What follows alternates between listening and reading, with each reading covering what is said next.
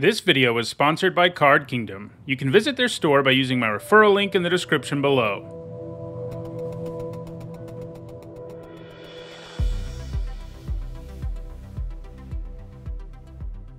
Hi everyone, I'm Nico, and today is Monday, and that means it's time for the 567th MTG Top 10. Today we're going to look at the game's most expensive dragons. In this type of top 10, we look at the most expensive cards in a particular category, and I explain why it is those cards are so expensive. Dragons are one of the more popular creature types in Magic, and they are the so-called iconic creature type for red.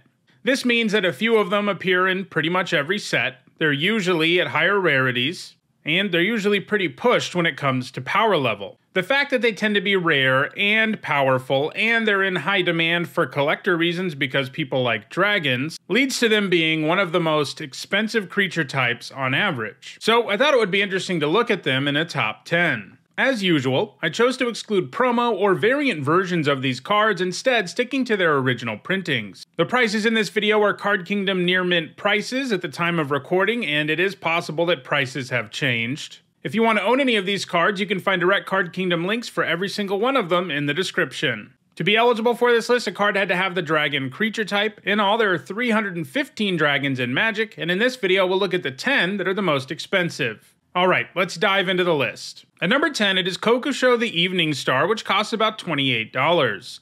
Kobusho is part of a cycle of dragons from Champions of Kamigawa, all of which are 6 mana 5/5 flyers that do something when they die. In the case of Kobusho, he drains 5 life from your opponent. That's a powerful effect as it creates a 10-point life swing in your favor. This dragon has seen play in both Block and Legacy, though right now it isn't seeing play in any 60-card constructed formats. However, he is in very high demand in Commander, where his ability is even better than it is in 2-person formats. If you're playing with 4 players, you drain all 3 of your opponents and gain 15 life. Believe it or not, there was actually a time when Kobusho was considered too powerful for Commander. It was banned between 2008 and 2012, at which point it was unbanned, but only for use in your deck, not as your commander. This was because there was concern about decks constantly recurring Kobusho and sacrificing him, and if he starts in the command zone, it isn't going to be that hard to set it up. In 2014 though, Kobusho was fully unbanned in the format. While still powerful, there are enough ways to put a stop to Kobusho nonsense that it's no longer broken. Still, the card's power in the format is enough to make it one of the most expensive dragons in Magic. At number 9, it is Nico Bolas the Ravager, which costs about $29. This double-faced card represents Nico Bolas becoming a planeswalker, so in addition to being quite powerful, it represents a very important aspect of Magic's lore. On his front side, Bolas costs 1 generic and 1 of each Grixis color of mana for a 4/4 flyer that makes your opponent discard a card. That's already going to set you up for a nice 2-for-1, and a 4/4 flyer is a serious threat.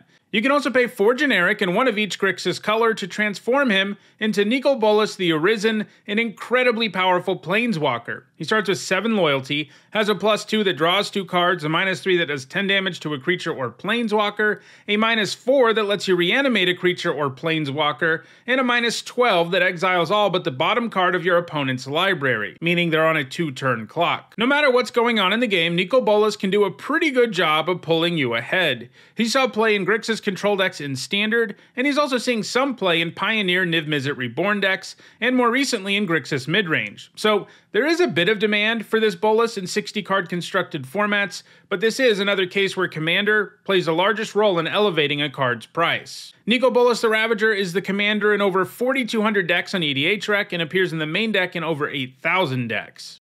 At number 8, it is Bale Fire Dragon, which costs about $35. This 7 mana 6/6 flyer has a very powerful trigger. When it does combat damage to a player, it deals that much damage to each creature that player controls. That amount of damage is usually going to be 6, which tends to be more than enough to make the dragon into a one-sided sweeper. It has never been played in Magic's 60-card constructed formats, but it appears in more than 30,000 decks on EDHREC. Dragon Commander decks are pretty popular, and Balefire Dragon has an insanely high ceiling, so it's no surprise that it's a staple in that type of deck. He's also pretty sweet alongside Ilarg the Razeboar or Perforos Bronze-Blooded because they can allow you to put the dragon directly into play and give it haste until end of turn, and one swing with this is usually enough to win you the game. This is a very powerful threat that appears in a whole lot of red commander decks.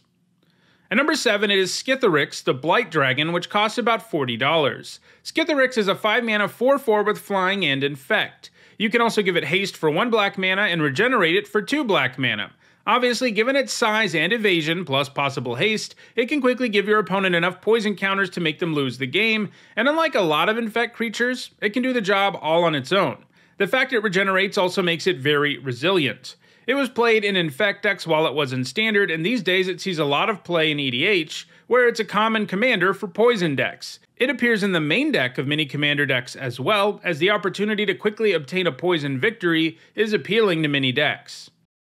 At number 6, it is Terror of the Peaks, which costs about $43. It's a 5-mana 5/4 flyer that bolts the opponent anytime they cast a spell that targets it. Additionally, when another creature enters the battlefield, it does damage equal to that creature's power to any target.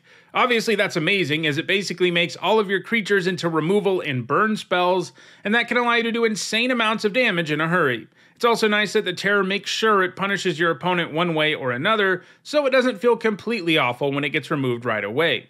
While it hasn't seen much play in 60-card constructed formats, it has found moderate multi-format success, as it's appeared in the top 8 of major events in Standard, Pioneer, Historic, and Legacy, so there is some demand for the Terror as a result of 60-card formats.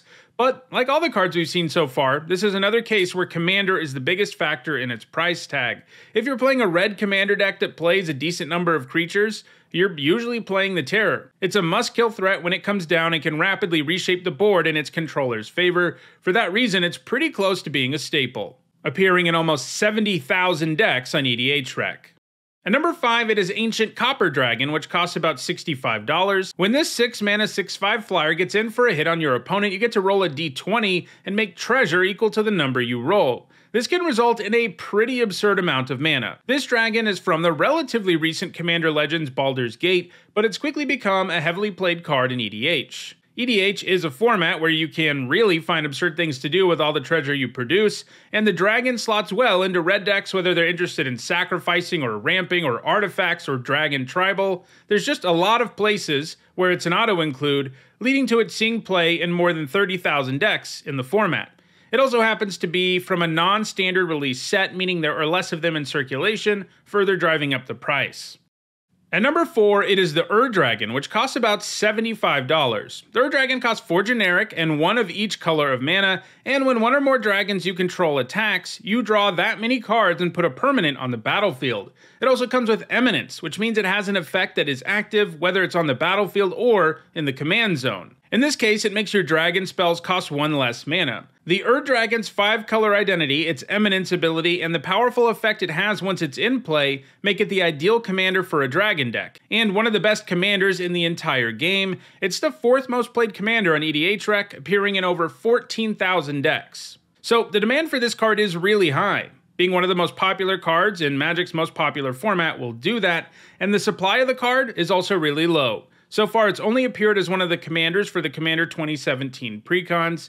However, we do now know that it will receive a reprint in the upcoming Commander Masters, which is likely to drive down its price at least a little bit in the short term.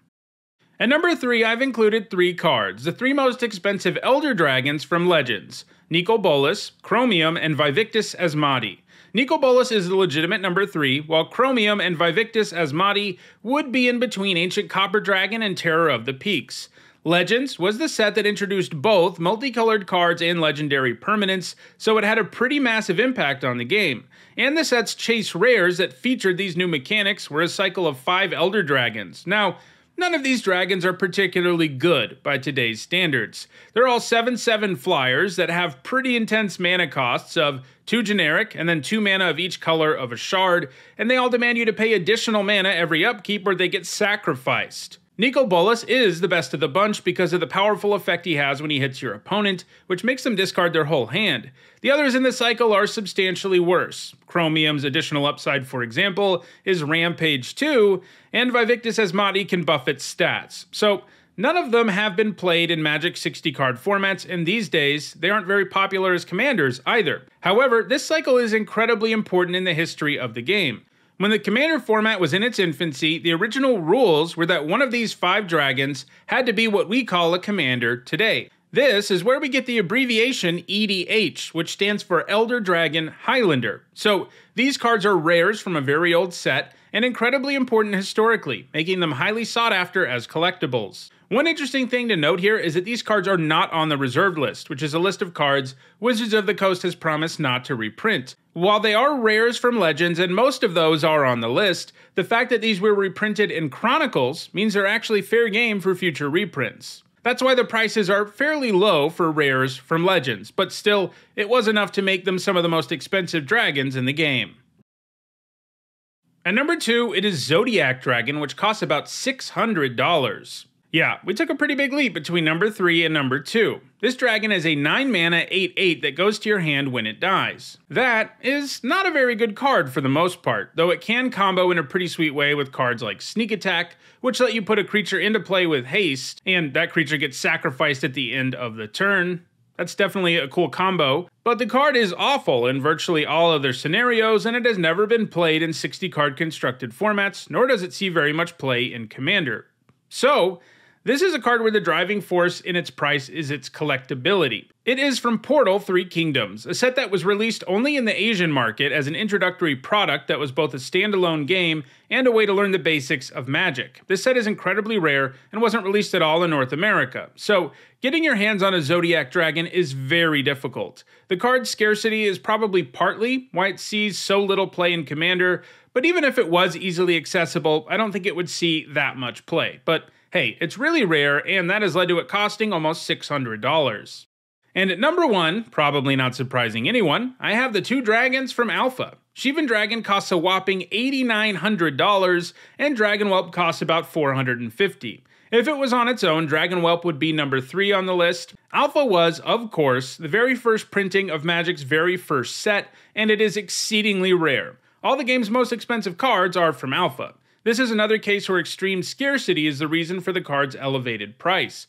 By today's standards, Shivan Dragon really isn't that impressive as a 6-mana 5/5 flyer with fire breathing. It's only played in a little over 2,000 decks in EDH Rec, and it isn't near powerful enough to see the table in 60-card constructed formats, but in the earliest days of Magic, it was one of the best creatures around, and it did see some significant play. Creatures in Alpha are largely not very good, so Shivan Dragon was quite the impressive card at the time. I mean, a 6-mana 5/5 flyer with fire breathing is still pretty good and limited, but outside of that format, it isn't good enough these days. In addition to being really rare, there are lots of nostalgic collectors who want to own this Shivan Dragon. For a lot of players, Shivan Dragon is the most iconic card around. People remember how excited they were to open and play with this card in the mid-90s, and this leads to many people wanting to obtain this absolutely rarest version of the card. Dragon Whelp, meanwhile, was an uncommon from Alpha and hasn't seen play in 60-card constructed formats, and no one really plays it in EDH, but hey, it's a card from Alpha, and that's often enough for a card to demand a ton of money. This list has been interesting, because the other most expensive lists have more cards that end up on them as a result of their high demand in current 60-card formats, but not this one. All of these dragons cost a lot of money, primarily because they are either incredibly rare or incredibly popular in Commander, or both. So those are the most expensive dragons in Magic. If you want to own any of these cards, check out the description, where you can find a direct Card Kingdom link for each of them.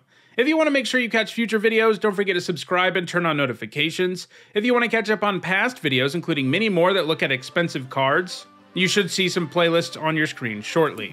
Thanks for watching.